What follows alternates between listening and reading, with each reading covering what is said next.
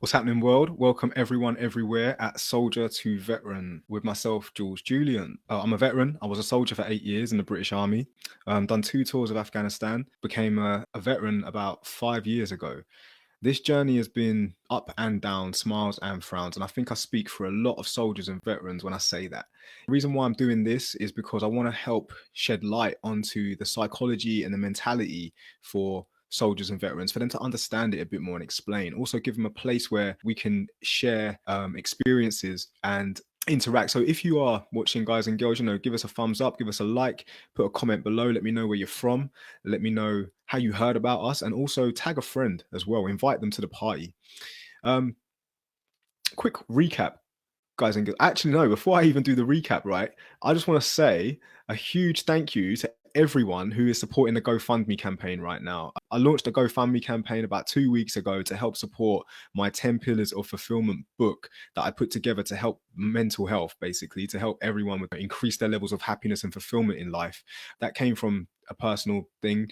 2018, I went into depression and I had anxiety, and my PTSD kicked in as well as a result, and had to get out of it. And so my 10 Pillars of Fulfillment is the thing I used to get out of it. And if you get a chance, guys and girls, click the link to that GoFundMe campaign, watch the video, it explains the whole thing, and yeah, back it.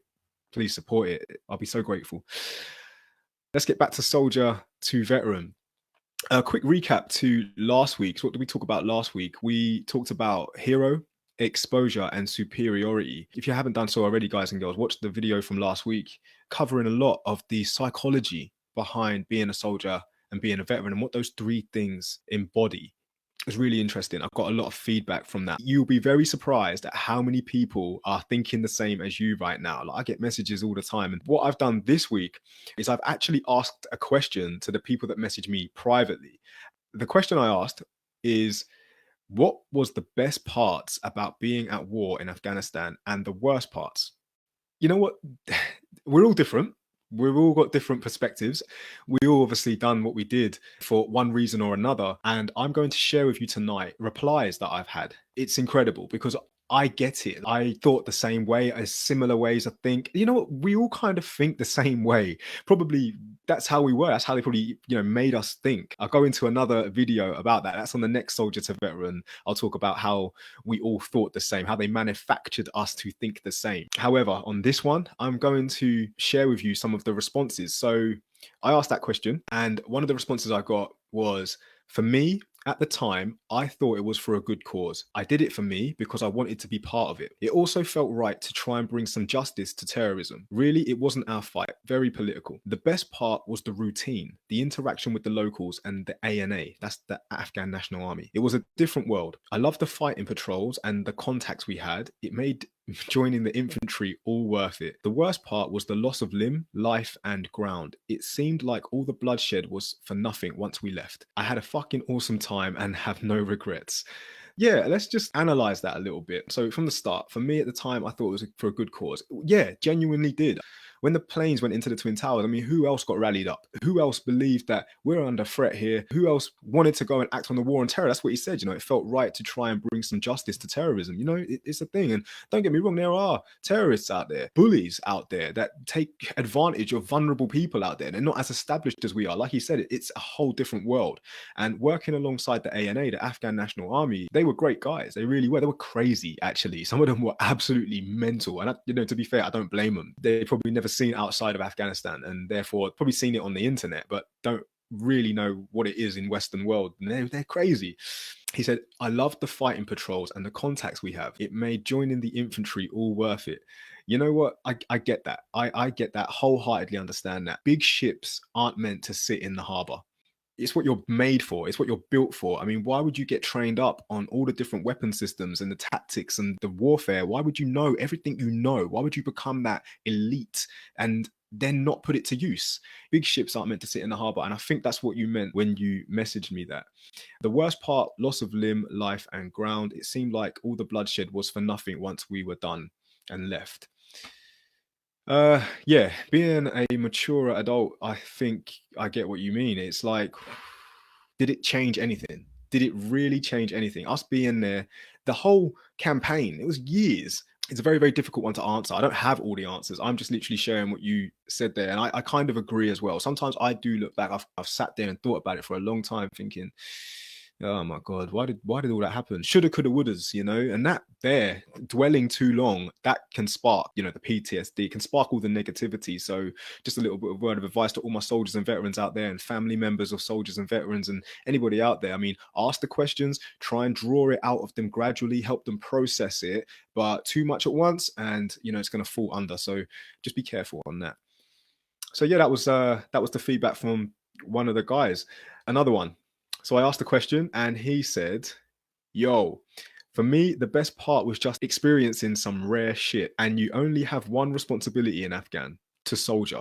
It's less stressful there than here, even though you're risking your life every day. But here, the responsibilities get on top. Worst part was it was all for nothing. Well, so I'm going to just decipher it a little bit, digest it a little bit. For the best part was experiencing some rare shit. It's true. I explained this in the last Soldier to Veteran. It definitely is a rare experience. I'm not quite sure what it is about war. It sparks something in you, yeah, like adrenaline rushes and it's so much, it embodies so much, right? That obviously it's hard to explain in one sentence, but the rare shit, he's right. Like, for example, I obviously know marijuana exists, but I've never seen fields of it. There's a film with Leonardo DiCaprio in it called The Beach. They stumble across a marijuana field.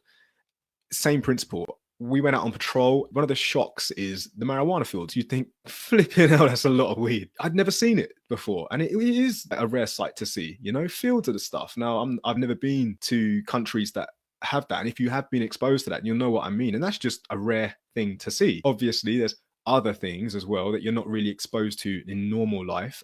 And that's the gruesome side of war, friends being shot, blown up and dying. And, I'm not trying to decorate it like it was all happy and all of that, but I'm just trying to keep this lighthearted. I don't want to, start dwelling too much. Like I said before, I don't want to overthink it because, it's when you overthink it that you go under. It's just little drips and drabs, process it gradually, and then we can move on. Continuing on that, what did he say? You only have one responsibility, and that is to soldier. It's less stressful there than here. So true. I said this before in an interview I had once. I said I found peace at war. It made the guy interviewing me, he was like, what? I said, no, I'm serious, mate. I found peace at war. If you've ever been to the desert at nighttime, because there's no artificial light, the night sky is lit with stars and the moon, and you see a lot of shooting stars. It's just peaceful. I just stared at the stars one night. It's so nice.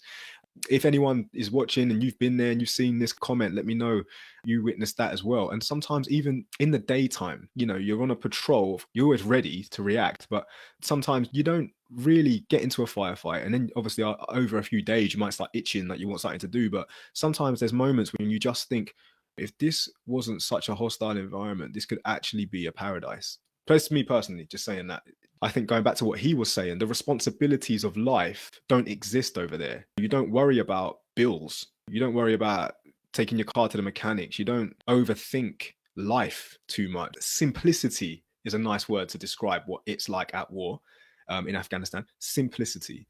And it was for a long time, 6 to 7 months. You know what it's like. So yeah, I get what you meant there. And then the worst part of it all was it was all for nothing. Again, second person to say that. And I do totally agree. I look back on it now as a part in life where I just think, what did we do all that for? However, at the time, it meant something to us at the time. So next person. For me, the worst part of going was going straight from basic training. I learned the very basics in training and it didn't prepare me for tour. I was flipping burgers in McDonald's and 7 months later, I was on the front line. Turning up to Afghan as a new guy was shit, as I got all the shit jobs and was made to carry all the ladders, the heaviest ECM. I felt on my own there, not having anyone to turn to. The good thing about it was I gained respect from the senior lads quick, fighting by their side, and it made life so easy getting back to battalion. Right. So was there any yeah, of course there was a pros at the end there. He gained the respect from the senior lads. Funny, I met this kid when he first turned up, and this was on my second tour. So I said, hi, how you doing? As a PTI, I actually asked him, what's your 1.5 mile run time? And we had a moment. He was really geared up, like he wanted to prove himself, and I was just like, well, calm down. Do you know what I mean? What, you want to go? Good moment. I'm still like really good mates with him now. What else is he saying there? The worst part of going was straight from basic training. Yes, so it is a shock to the system. You know, in basic training, targets don't shoot back. And when you go straight from basic training, I suppose you haven't had a chance to find your footing as a soldier. You haven't got much days under your belt of learning constant muscle memory. You're just doing it over and over. Like repetition breeds perfection. And if you go straight from basic training, that's only 7 months, and you've had to cram everything in those 7 months. So I guess joining straight from basic training must have been hard, must have been tough. And you was only young as well. Mad. So yeah, going back to that, I was flipping burgers in McDonald's, and 7 months later, I was on the front line. Now that is a big shock, massively. How'd you do that? At the time, obviously, it's what you wanted to do, I guess, and yeah, getting all the shit jobs made to carry the ladders, because yeah, you had to carry ladders out there. People think you're just out there, weapon system and bullets and body armor. You need tools, whatever your job was. And if, unfortunately, being the new lad, you're ladder man. So he just carry a ladder. And when we go to compounds, you know, you'd put the ladder on the side wall and you'd send someone up there to get a good look. Don't stay up there too long. No, obviously, sniper threat. You're up, you look, you're down, scanning arcs and stuff. And then the ECM is it electronic countermeasure. Basically, in Afghanistan, with the IED threat, the improvised explosive device. Jesus, I'm getting like skill fade. The IED threat. There's different types of IEDs. There's pressure plate, there's timed, and then there's, I don't know how else to explain it, but radio frequency signal. So basically you can have a bomb, and on the bomb, you can have like a mobile phone device or some sort of device that gets a radio signal. And then you could have the trigger, which could be a mobile phone, about 200 meters away. You could press a button on the phone, it sends a signal to the bomb, and boom, it blows up. So if you're on patrol, you could place a bomb by the roadside or dug into the ground, and your enemy could be watching you and then send a signal to the bomb, and boom, blow up half the patrol. So ECM was our electronic countermeasure. What that done was it created a bubble over us as a patrol. There was one at the front, one in the middle, and one at the back, and that blocked the signal. So if there was a bomb near us that was, that way built to explode, it would send the signal back to the phone. So yeah, that right there. And it was heavy. That's the point he's making. ECM was very heavy. It was like all your body armor, all your weapon systems, all of your ammo, and then here is some ECM. Chuck that on. And I remember my first tour, I was ECM as well. I was an LMG gunner, had all my link and the LMG and ECM red or blue or something. But you know what? It's part of it. I'm going in on that. I could talk about that for a while. But let's get back to the point. So next one, best parts. Being there and doing what we trained hard to do, building up unbreakable bonds with people that in the real world you wouldn't necessarily be around. The worst parts, adjusting to coming home to no conflict, struggling to engage in normal conversation with civvies, not knowing how to explain things, and the desensitization we go through automatically without knowing, and the affecting real world problems, seeing the things you saw. Okay, so let's just go back and just digest this. The best parts. The band of brothers, ultimately, you can't buy brotherhood. I made a video about this in the past. It just comes through hardship, through those moments when you know that you would die trying to save me. For example, when a friend of mine got blown up, it didn't even occur to me that my life was in danger trying to save his. It just doesn't. You just go into this autopilot mode and you just get the job done. You make sure he's patched up, he's on the stretcher, he's on the chopper, and he's away. You don't even consider your own safety. I know it sounds nuts. I'll tell you another time, remember when Northern Robbo, right? We are patrolling. I'm his cover man. He's I forget what they call it. It's like a metal detector device. God, what do they call those? A Vallum. I think it's called a Vallum. So you got him checking the path is clear in the road, and then I'm his cover man. And then we get opened up on, and the rounds land in front of us on the floor. So me and him jump into the nearest ditch. This isn't done, by the way. When you don't jump into the ditch, because we were taught not to jump in the ditches, because what the enemy do is they shoot to try and scare you. So you jump into the ditch where the bomb is. But in the moment, it's just the natural thing to do. When rounds start landing by your feet, you jump, you just do. It's the risk you take. Those moments are what create the brotherhood. Everyone will have those moments. And that's what I think he's saying. Some of the best parts were like unbreakable bonds. You wouldn't get that necessarily in the real world. It's true. Then the worst parts, adjusting to coming home, struggle to engage in normal conversation with civvies, not knowing how to explain things. I explained this in a previous video about when you are with someone and something funny happens, like you had a real funny moment. The joke was insanely funny and you roared with laughter, and then you try and explain the same joke to someone that wasn't there. You just don't have you can't explain the joke. They just won't get it. They don't find it as funny. It's like you had to be there. And I think that's what you meant when you said that. The desensitization we go through automatically without knowing, affecting real world problems. Yeah, I'd say this a lot about the desensitization of soldiers and veterans. We make light-hearted jokes about real messed up things to cope. Some of the jokes that some of the soldiers and veterans will have, it's sick. Like it genuinely is sick, but it's part of the desensitization. Some people aren't going to like this, but I'll say it as it is. A litter of kittens found in the camp. Although that one or two cats keep the mice away, unfortunately, a whole bunch of them is a problem. They do carry fleas and stuff, and they had to go. Now, there's only one way they go, and that's elimination. Now, to some civilians, that sounds raw. They don't like to hear that, but that's a reality of that moment there. I wouldn't say make sick jokes about killing kittens, but ultimately, they had to go. There's no two ways about that. And that's just kittens.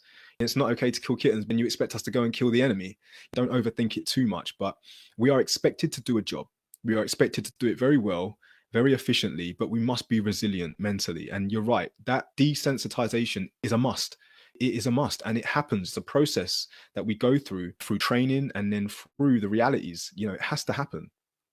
That was a pretty crude example, but hopefully it got the message there. You can't expect us to do a job like that and not have some kind of desensitization to emotion and feeling. You must switch off. I remember I had ex-girlfriends tell me before, like when you get into an argument with anybody, you go into this mode where you just completely go blank.